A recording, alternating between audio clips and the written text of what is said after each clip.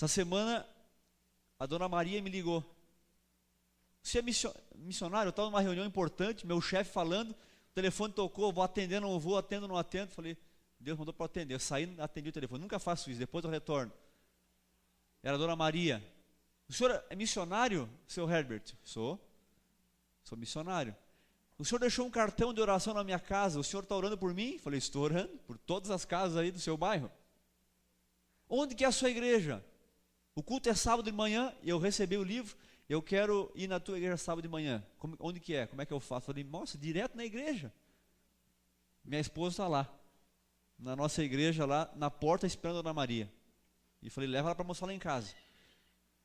Está lá, é a 7ª pessoa que pede curso bíblico para minha dupla missionária. Eu falei, Senhor, faltam 3, eu quero ter 10, porque essa é a nossa meta, 10. 7 já pediram, falta só mais 3, pelo menos. Eu fico imaginando quanta semente espalhada. Sabe que Deus, ele fala que o mesmo princípio de um agricultor é o princípio do plantio espiritual, o mesmo. Lembra da parábola do semeador?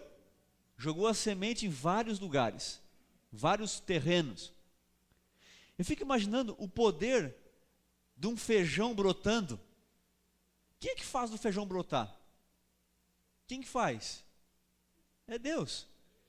Você bota num algodãozinho, dá uns dias ali, molha, o que acontece com o feijão? Aparece o brotinho. Deus fala na revelação do livro Educação que o mesmo princípio acontece na colheita e no plantio espiritual. O que nós fizemos? Preparamos o solo com oração e colocamos vários e centenas e milhares de cartões de oração. Depois colocamos a semente, o livro, em milhares e milhares de casas. Agora nós estamos orando, levando convites e o DVD para aqueles que já estão pedindo. E o momento agora é de orar mais ainda. Senhor, faça que essa semente brote. E nós estamos felizes que até agora, nessa semana, 4.000 pessoas já deram um sinal de broto e já pediram curso bíblico. 4.000 pessoas. É 3 vezes mais do que o ano inteiro no passado, pelo programa da Promoção da Esperança. Isso é só o comecinho. Eu falei, Senhor, nós estamos pedindo 40.000. O Senhor nos deu 10%, nos deu dízimo. Mas falta ainda 40.000.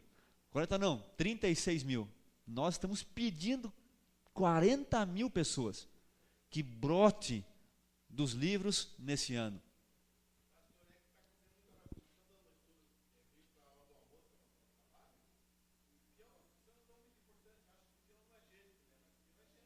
Sim.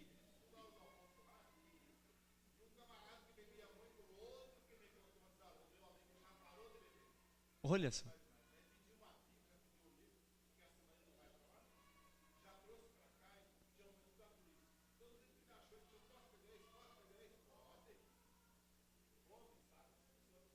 Fome. E nós temos que provocar fome e a sede, né? Como sal.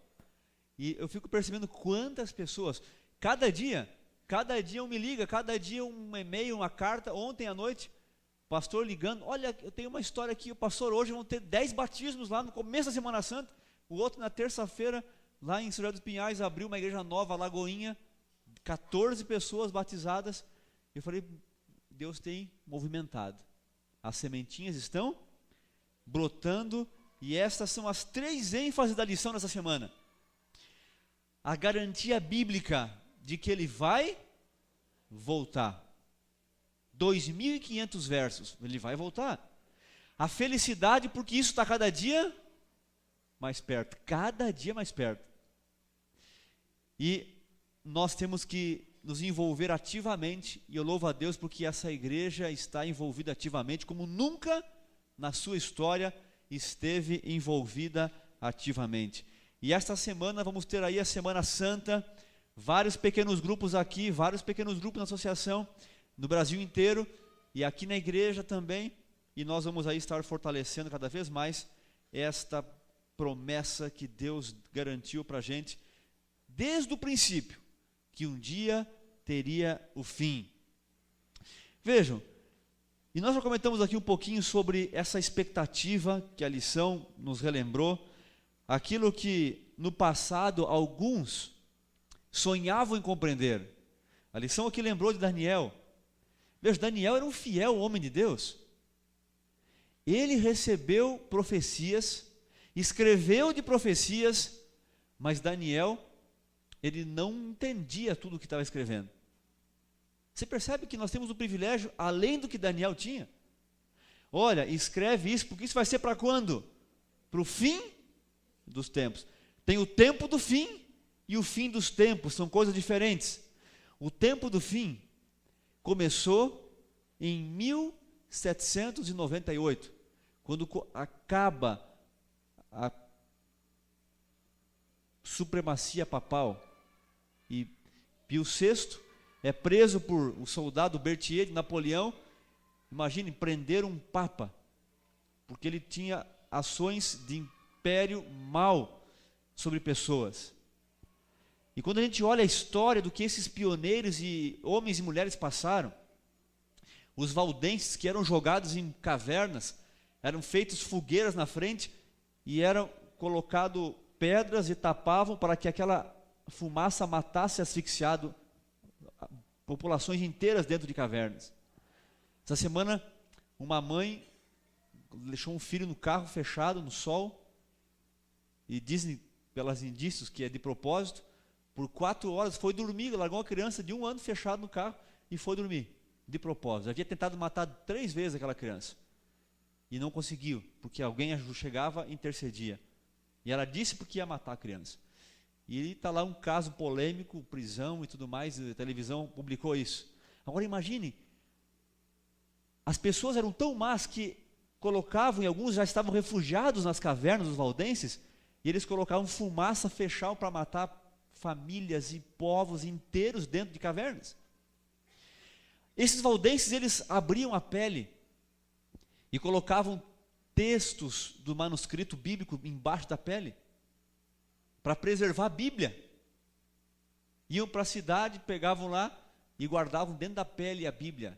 Eu fico imaginando, a história relata cada coisa de pessoas fiéis, e a gente percebe isso, homens e mulheres que aguardavam a volta de Jesus, e esses acontecimentos foram se intensificando, e hoje nós estamos vivendo depois de todos os reinos, a cabeça da estátua, o peito, as pernas, nós estamos nem nos pés, estamos na unha da estátua, na unha.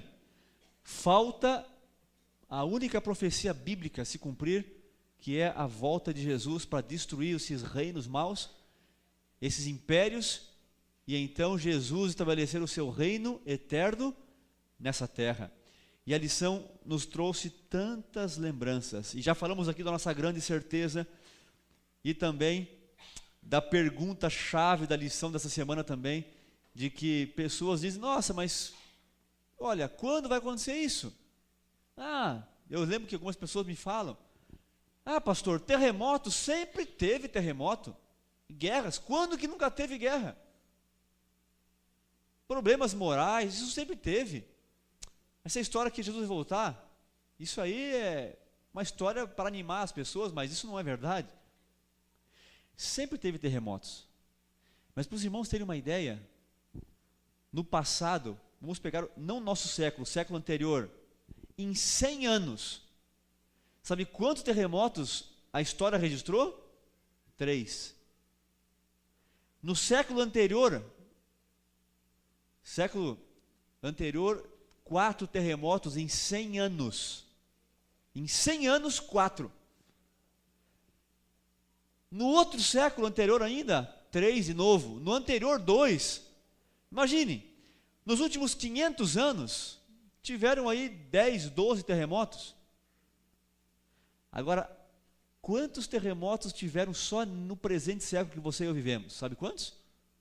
Mais de 360 terremotos de grande magnitude no mundo. Se percebe? Sempre teve terremoto, mas nunca teve num ano, num século, mais de 360 terremotos, nunca teve isso. São as contrações de 5 em 5 minutos que uma mulher tem antes de nascer um bebê, antes de nascer o nosso dia glorioso da volta de Jesus. E meus queridos, as pessoas, quando nós olhamos os jornais hoje, eles pregam iguaizinho a Bíblia: homens maus, adúlteros, amigos de prazer.